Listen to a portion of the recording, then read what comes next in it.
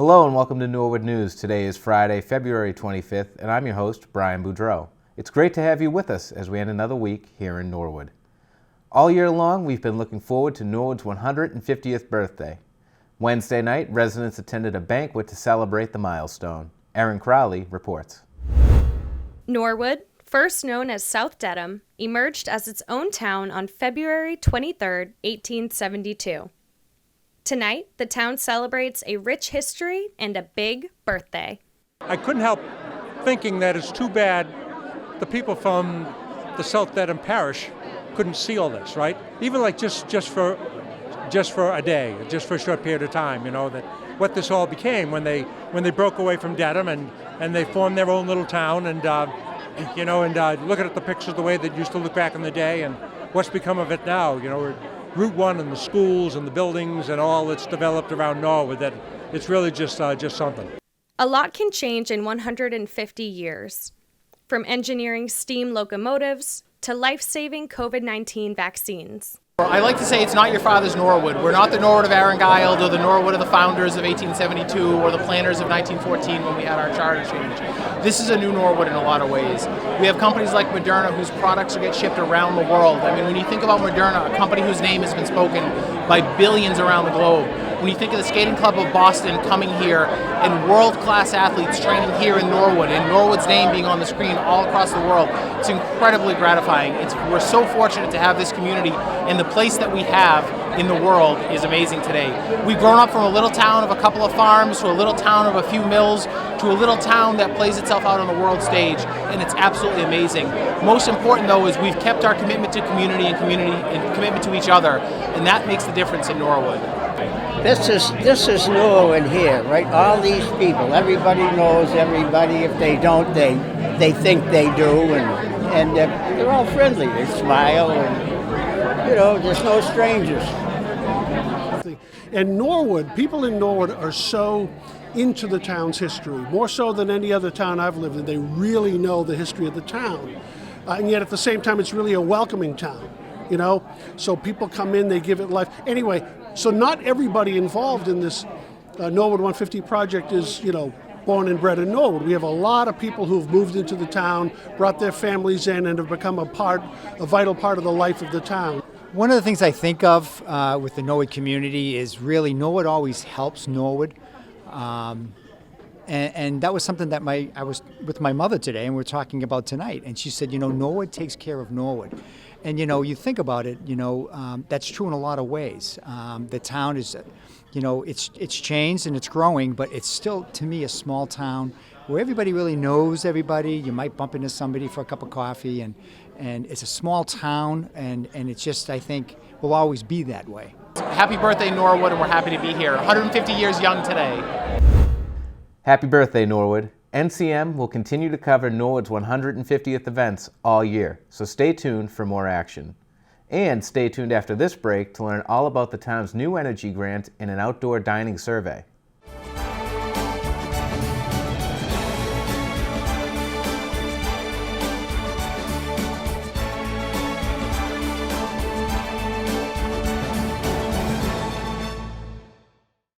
Norwood Community Media is your home for all things Norwood. NCM delivers your local news, original programs, and information across multiple platforms. From the comfort of your living room or out on the road, stay connected to Norwood and watch NCM live from wherever, whenever.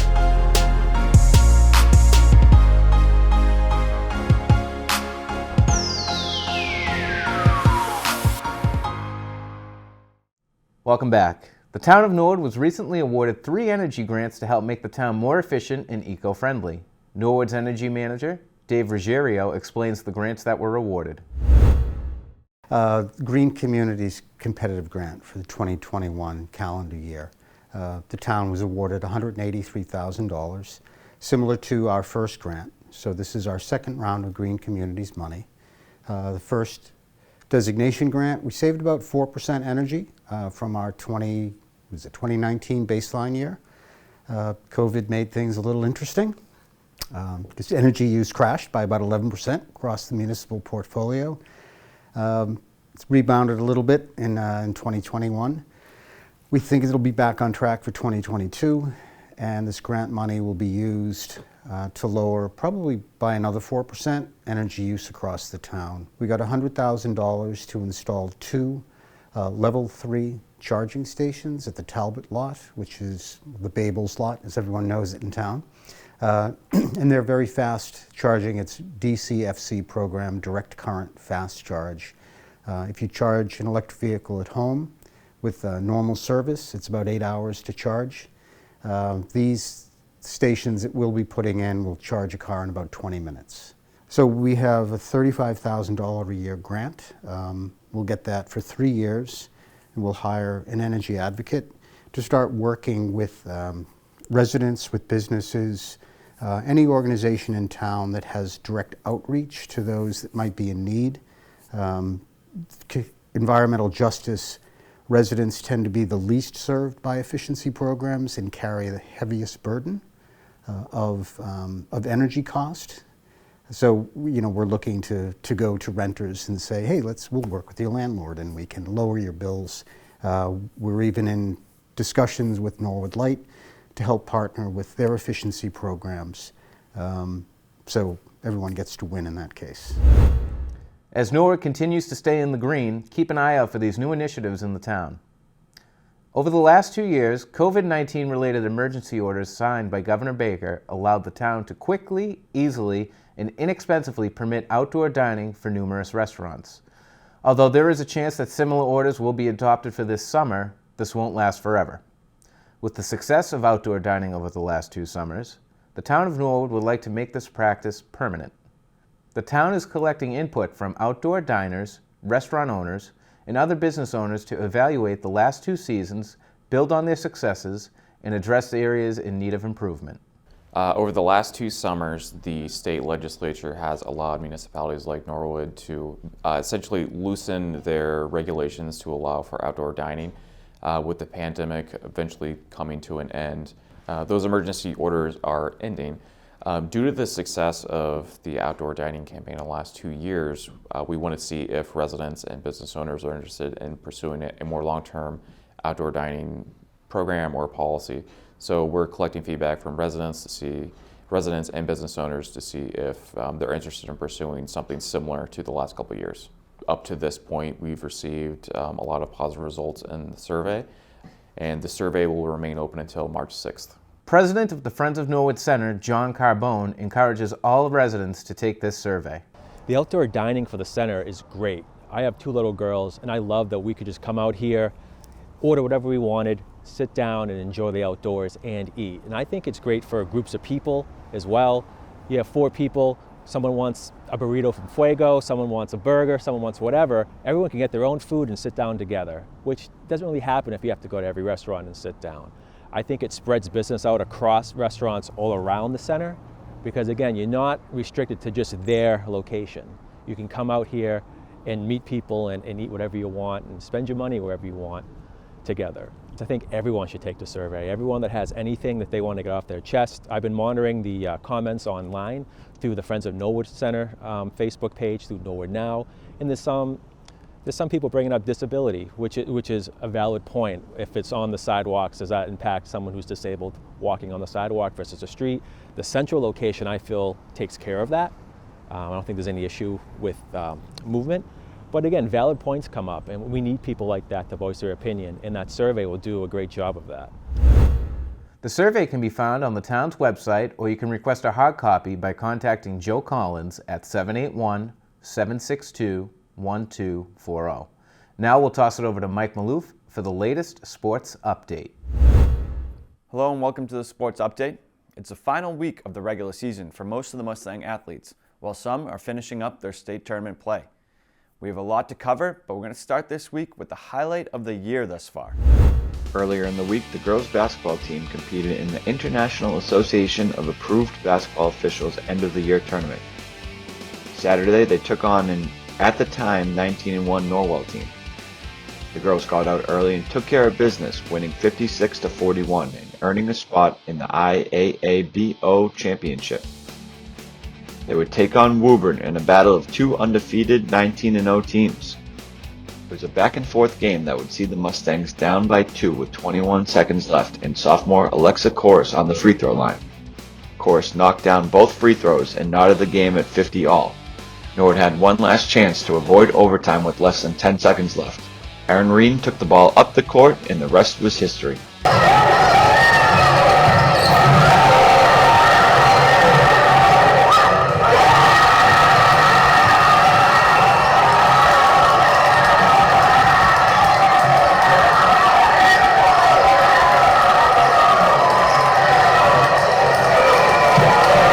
Mustangs came away with the 53-50 win, and Aaron Reen was named the tournament MVP.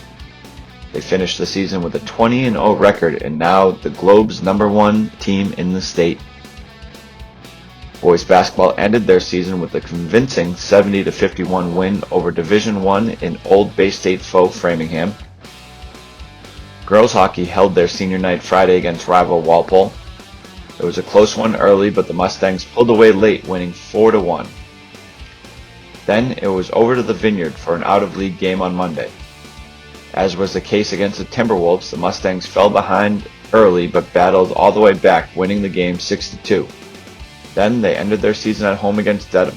It was a back-and-forth game, but the girls were led by hat-tricks from Molly Cataldo and Jenna Nauman in the 6-5 win. With that win, the girls hockey team clinched the TVL championship. On Monday, the boys hockey team traveled to Foxborough Sports Center to take on Norton High School. Norton hung tough for most of the game, but the Mustangs came away with a 3-1 win, with goals by Brian Mateer, George Tolman, and Anthony Riccardi. Then on Thursday, the boys held their senior night against King Philip. It was close most of the game, but an empty net goal by Kevin Broderick late in the third period put the Mustangs up 4-2. They finished their season as TVL Large champions and looked forward to a deep postseason run. Two of Norwood's top gymnasts competed in the 2022 state individual meet on Monday. Senior Marion Pastor and freshman Shay Larkey both competed in the all-around competition. Marion finished 39th with a score of 33.425, and Shay Larkey finished 6th with a score of 36.657. Great job, girls. More of Norwood's individual athletes competed in their state tournaments as wrestling took to the mats.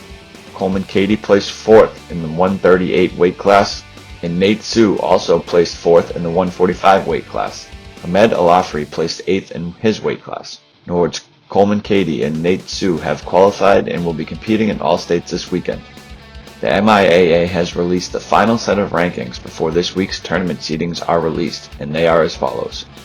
Despite winning 2 games, the girls hockey team drops 2 spots, sitting at number 14. Boys hockey sits at number 6 ranking, and the boys basketball team moves down 1 spot, sitting at number 7. And the girls basketball team stays in the number 1 spot in Division II. Well, that does it for sports this week. On Saturday, the hockey and basketball tournament seedings will be released. Make sure to tune into the NCM's bulletin board channel or follow us on social media for each team's rankings and their first round matchups. NCM will be covering these games live throughout tournament. And finally, we'd like to give a huge shout out to the boys and girls hockey and the boys and girls basketball teams for being Tri-Valley League champions. This is the first time ever in Norwood High School history that there has been 4 league champions in one season.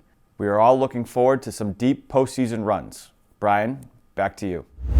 In government this week, the Board of Selectmen held a meeting Thursday night with one item on the agenda.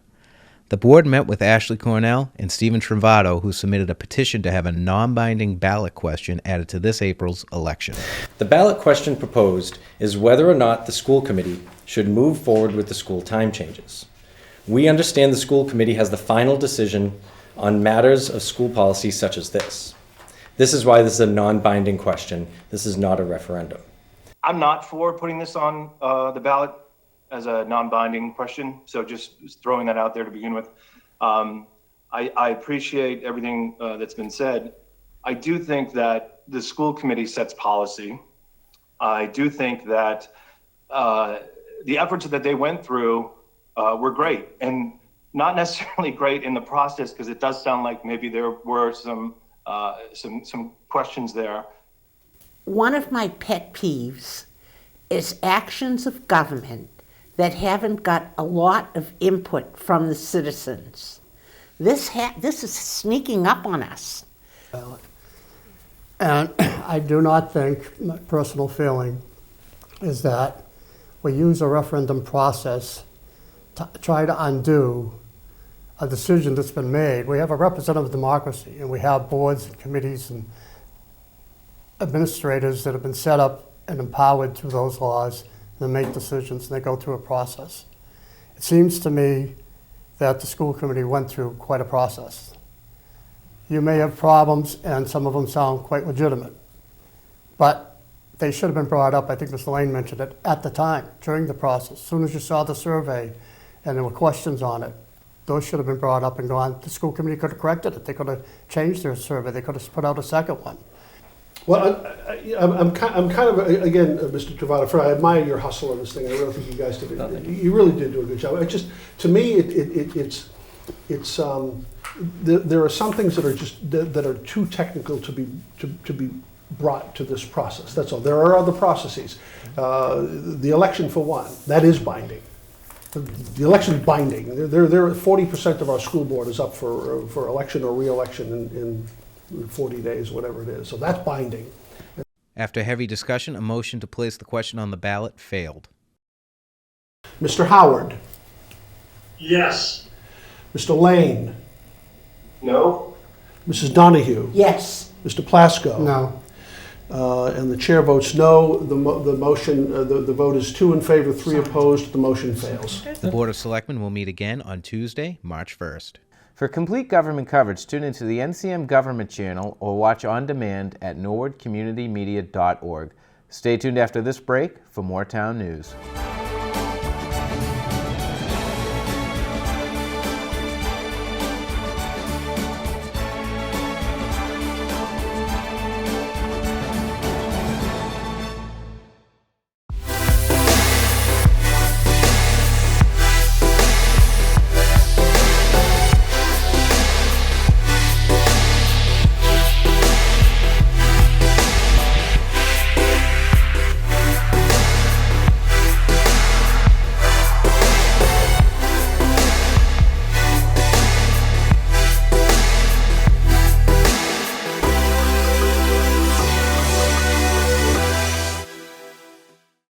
Welcome back. Members of the community gathered last weekend at the Town Common to show their opposition against the new school start time that was recently endorsed by the Norwood School Committee.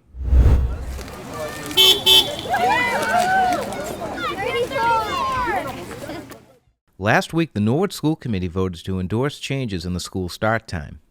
The changes would affect start times at the Willett School, elementary schools, middle school, and high school. The Willett School would start between 8 and 8:10 in the morning. Elementary school would start between 7:40 and 7:50. Coakley Middle School would start between 8:40 and 8:50. Norwood High School will start between 8:10 and 8:20. Concerned parents and community members who disagree with the school committee's decision braved the cold this weekend and gathered at the Town Common.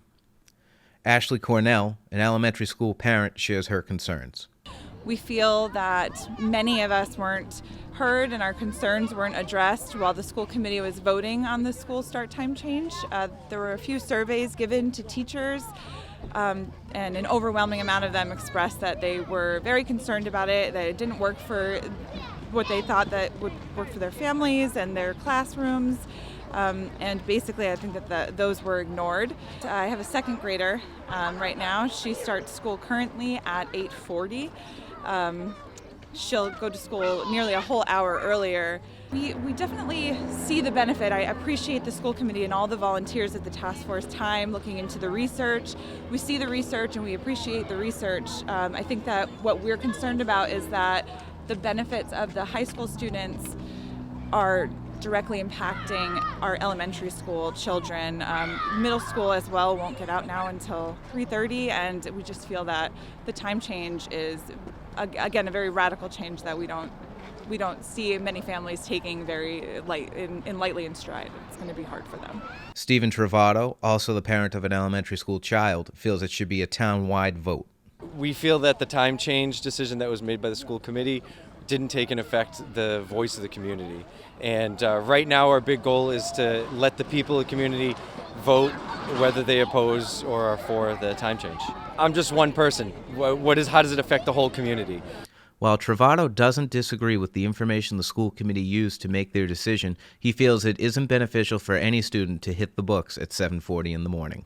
Have shown studies, and I honestly agree with the studies, that kids need more sleep. And 7:30, 7:50 is too early to go to school. But I don't think that we should swap that and make some kids go earlier. Why can't we make everybody go a little later? I think there's more opportunities to see how we can make that happen. Members of this group will be meeting with the Board of Selectmen later this week to recommend adding the school start time changes to the ballot on the upcoming election in April. As always, NCM will bring you information as it is made available.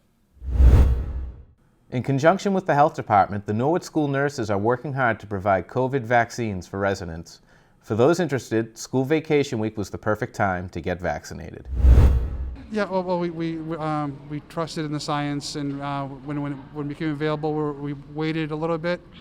This being vacation week for school, it was a good week to first in case she had a reaction to the vaccination.